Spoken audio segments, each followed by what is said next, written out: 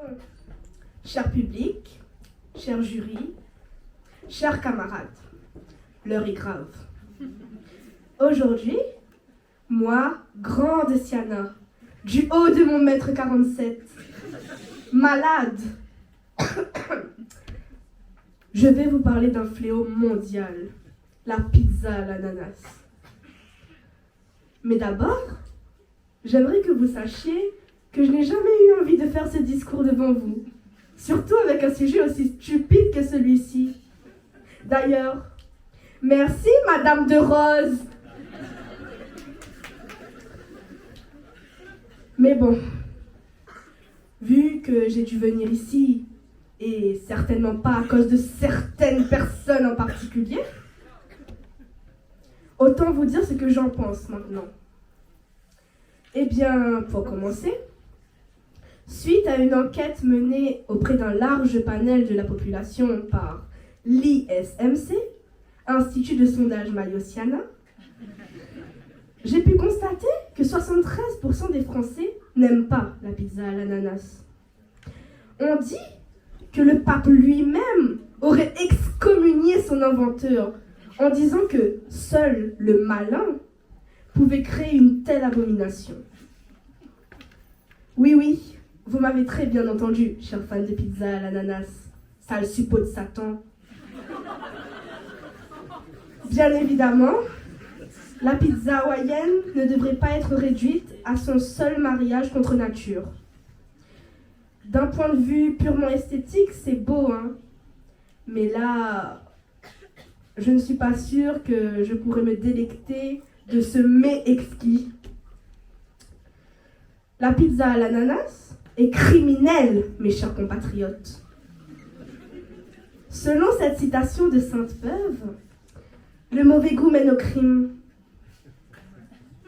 Mon cousin m'a raconté l'histoire de cette fille qui, après en avoir mangé, est morte. Coïncidence? Je ne pense pas. Ah oui, j'allais oublier. Connaissez-vous le président islandais Gudni, je sais pas. De toute façon, tous les Islandais ont des prénoms bizarres. Enfin bref, donc, ce président islandais voulait interdire la pizza à l'ananas. Cela aurait été une bonne nouvelle, n'est-ce pas?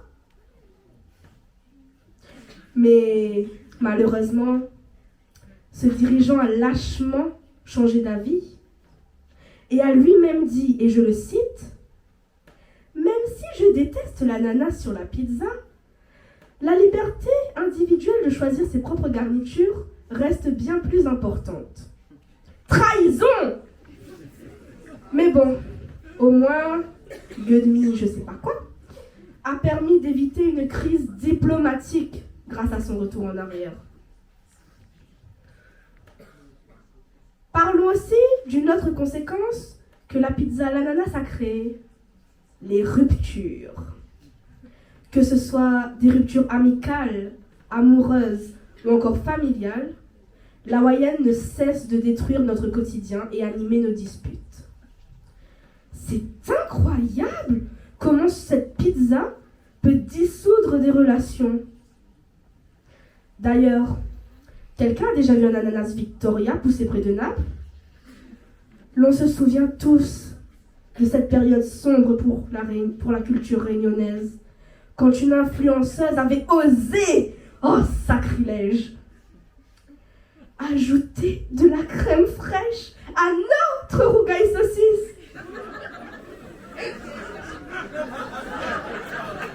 J'entends encore mes parents pester contre cette ignominie, décontenancée devant cette appropriation culturelle.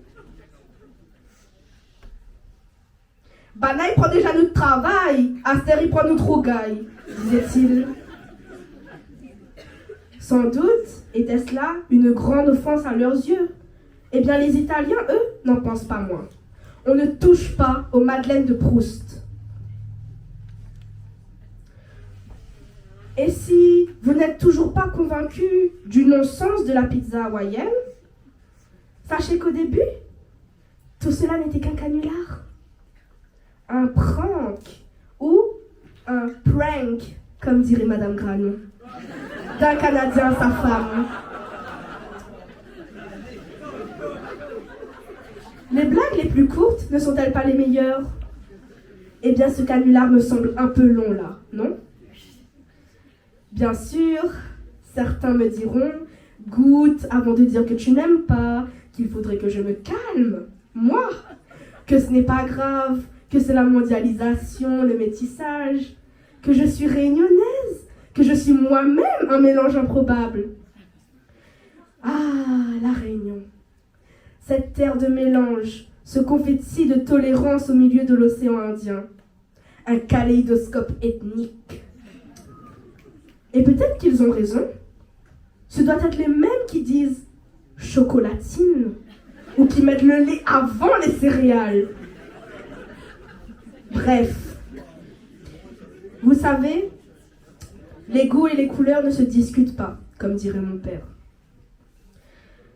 Et si, au final, le problème c'était moi? Je vais peut-être vous choquer, mais je n'ai jamais goûté à la hawaïenne. Mais les autres ont sûrement raison, non? Puisqu'ils le disent et que la morale semble être de leur côté. Non? Nous sommes sans doute le problème. Oui, peut-être que l'ananas lui-même ne voulait pas se retrouver dans la pizza. Peut-être qu'on ne lui a pas laissé le choix. Arranger, mélanger, balloter au gré des vents, sans plus de considération. L'homme est un loup pour l'ananas. Arraché à sa salade de fruits natale, l'ananas ne cherche peut-être qu'à s'intégrer tant bien que mal à un nouvel environnement, même en dépit du bon sens. Et ce mélange, aussi contre nature soit-il, a le droit d'exister. Pour conclure, je voudrais vous dire qu'on n'a pas besoin de déclencher une troisième guerre mondiale. Nous sommes déjà bien assez concernés par le conflit ukrainien, n'en rajoutons pas une couche. J'espère que, grâce à ce discours, j'ai pu convaincre quelques personnes à se lever et lutter contre l'intolérance. Certes, il restera toujours des personnes qui, malgré tout, jugeront sans connaître. Mais ce n'est pas de leur faute. Ils ont juste peur de l'inconnu. Mais on ne vous en veut pas. Vous finirez sûrement par retrouver la raison et venir vous battre à nos côtés pour obtenir l'abolition des préjugés. Alors, chers amis, la prochaine fois que vous déciderez de juger un livre par rapport à sa couverture, faites preuve de tolérance, échangez et demandez-vous si cela n'est pas simplement qu'une question de goût.